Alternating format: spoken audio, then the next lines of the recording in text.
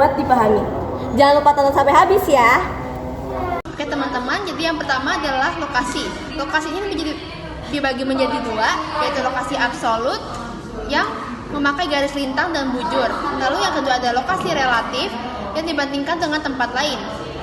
Lalu ada juga jarak. Jarak juga dibagi menjadi dua sama seperti lokasi. Sebelumnya maaf, saya akan menjelaskan dulu contoh untuk lokasi. Kalau lokasi itu seperti kayak alamat rumah, jadi koordinat di Google Maps itu termasuk kayak lokasi absolut. Kalau lokasi relatif itu kayak seakan kalian bilang rumahku tuh di sebelah sekolah. Nah kalau untuk jarak pengertiannya juga sama, kan ada dua. Jarak absolut yaitu yang dihitung dalam kilometer dan meter. Jadi contohnya tuh kayak misalnya jarak dari rumah ke sekolah itu 2 km 900 meter. Nah kalau jarak relatif itu yang pakai waktu atau biaya perjalanan. Jadi kayak misalnya dari rumah ke sekolah itu dengan motor 10 menit 15 menit.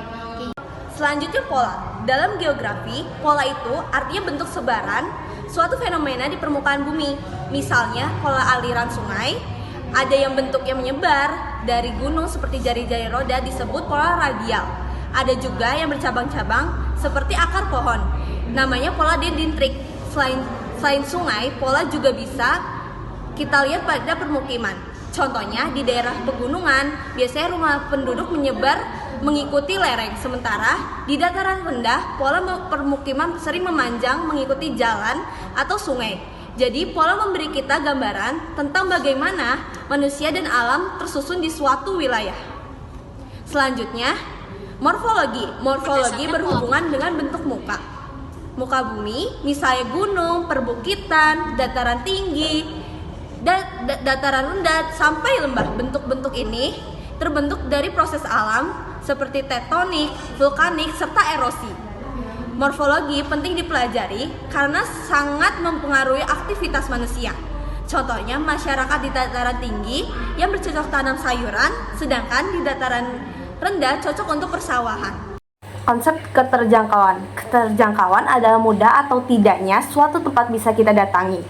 Nah, keterjangkauan ini gak cuma soal jauh atau dekat, tapi juga dipengaruhi kondisi alam dan semua transportasi. Contohnya, desa di pegunungan biasanya lebih sulit untuk dijangkau karena jalan yang terjal.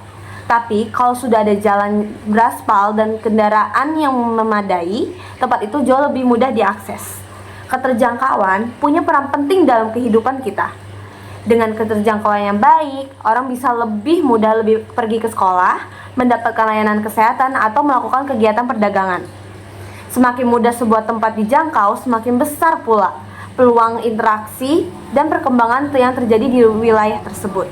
Di sini juga ada aglomerasi. Dalam geografi adalah permusatan penduduk atau aktivitas ekonomi pada suatu wilayah tertentu sehingga terbentuk kumpulan permukiman atau kegiatan ekonomi yang relatif berdekatan. Ciri-ciri aglomerasi adalah permusatan lokasi, efisiensi biaya, terjadi interaksi intensif, dan mendorong urbanisasi. Contoh aglomerasi adalah industri tekstil yang berkumpul di Bandung. Setelah itu juga ada nilai kegunaan. Dalam geografi adalah nilai atau manfaat suatu wilayah, lokasi, atau sumber daya bagi kehidupan manusia. Nilai ini muncul karena setiap tempat di permukaan bumi memiliki kondisi fisik, sosial, dan potensi yang berbeda-beda sehingga memberi kegunaan tertentu bagi manusia. Jenis-jenis nilai kegunaan adalah nilai kegunaan sosial, nilai kegunaan lokasi, sumber daya alam, ekonomi, dan sosial budaya. Nah, konsep dasar geografi selanjutnya itu ada interaksi dan interdependensi. Konsep ini tuh menjelaskan bahwa antar wilayah di muka bumi ini saling berhubungan dan saling membutuhkan. Misalnya, ada kota yang membutuhkan hasil pertanian dari dalam desa, dan desa itu juga pasti membutuhkan hasil industri yang ada di kota. Jadi tidak ada satu wilayah yang bisa hidup sendiri tanpa wilayah lain. Yang selanjutnya ada diferensiasi area. Diferensiasi area itu adalah wilayah memiliki perbedaan karakteristik atau ciri-ciri. Contohnya itu di wilayah pegunungan biasanya itu sejuk dan cocok untuk perkebunan teh dan sayuran. Sedangkan untuk wilayah pantai itu biasanya itu cocoknya untuk perikanan dan pariwisata maritim. Perbedaan inilah yang membuat setiap wilayah itu mempunyai potensi dan fungsinya masing-masing. Nah, yang terakhir itu ada keterkaitan keuangan.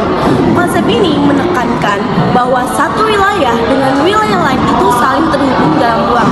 Contohnya, jalan tol yang menghubungkan kota-kota besar di Pulau Jawa.